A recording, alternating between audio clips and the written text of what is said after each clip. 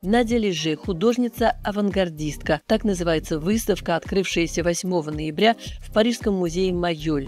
Уроженка Беларуси Надя Леже была участницей авангардных движений в искусстве 20 века, предшественницей поп-арта и меценатом музейных коллекций в СССР. Сегодня ее имя незаслуженно забыто. Nadia Léger est une artiste majeure qui a une peinture d'une modernité extraordinaire, qui a fait partie de toutes les avant-gardes. Elle a été l'élève de Malevich, elle avait 15 ans, c'était une élève surdouée. Elle a été l'élève de Streminski, le pape de l'avant-garde russo-polonaise. Elle a été l'élève d'Amédée aux enfants, le créateur du purisme. Elle a été l'élève de Fernand Léger. Elle a côtoyé, lorsqu'elle est à Paris, Picasso, Chagall, Mondrian. Donc c'est une artiste qui a été formée par les plus grands et qui a su s'enrichir des différentes avant-gardes et créer son propre style. Qu'est-ce que le style de Nadia Léger en fait? C'est la synthèse de toutes ces avant-gardes. Надя Леже прожила необычную жизнь. Юная Надя Ходосевич однажды увидела картину Фернана Леже в журнале. После учебы в ателье Малевича она покинет родную Беларусь, уедет вообще из Российской империи, пересечет всю Европу, чтобы в итоге оказаться в Париже и учиться в мастерской Фернана Леже. Et elle arrive à Paris avec son carton à dessin, c'est tout. Et elle va frapper à la porte de l'atelier de Fernand Léger. Elle est accueillie parce que c'est un atelier où on accueille des artistes du monde entier. Et très vite, Fernand Léger localise le talent de cette petite Biélorusse. Elle devient l'élève, son assistante, elle va devenir la directrice. Et puis en 1953, bien des années plus tard, elle épouse Fernand Léger. Et en 1955, Fernand Léger, il en fait son héritière. C'est-à-dire que c'est elle qui hérite de toute l'œuvre de Fernand Léger. Donc c'est dire si Fernand Léger avait confiance dans cette femme et surtout dans son œil, dans son talent artistique, puisqu'il va lui confier la pérennité de son œuvre. Et elle va passer sa vie à travailler à la mémoire de Fernand Léger et mettre toute sa fortune au service de la mémoire de Fernand Léger, ce qui fait qu'on oubliera qu'elle a été une artiste.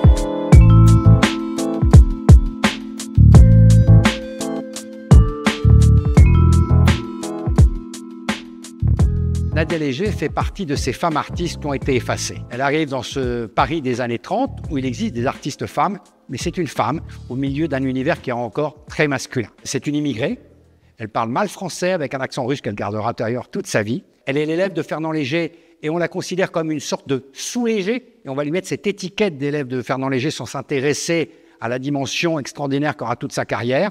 Elle adhère au Parti communiste en 1932, mais elle va rester communiste jusqu'en 1982, ce qui était à la mode, en fait, en tous les cas, l'idéologie dominante de l'intelligentsia va devenir un peu clivant.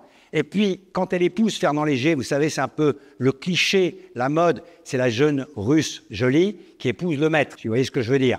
Donc les gens sont un peu sarcastiques. Aujourd'hui, avec cette exposition, on découvre l'artiste Nadia Léger, une œuvre totalement méconnue en France et dans le monde.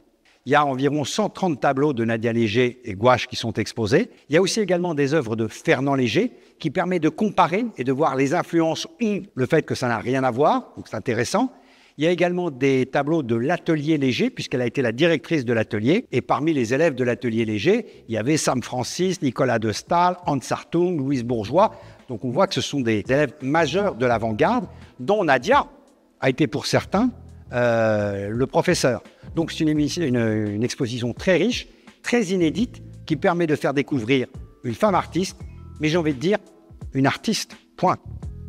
Для куратора выставки Эймара Дюшатне ретроспектива работ Нади Леже стала кульминацией его 15-летней работы исследований в музеях и архивах разных стран. И эта работа позволила в 2019 году издать альбом-биографию художницы на 600 страницах. Но отправной точкой для всего стали одна встреча и один вопрос. Il y a une quinzaine d'années, je rencontre les petits-enfants de Nadia Léger.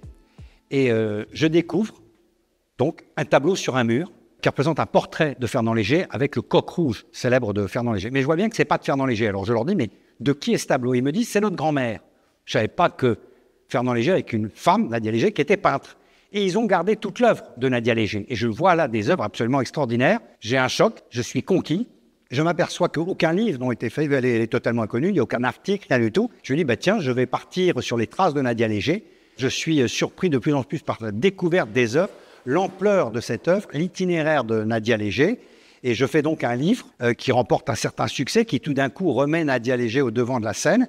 D'où cette exposition aujourd'hui consacrée à Nadia Léger. Et mon rêve le plus fou aujourd'hui, c'est que cette exposition soit présentée à Moscou, qui est quand même son pays natal, puisque Nadia Léger est vraiment le symbole du trait d'union artistique entre les avant-gardes russes et françaises.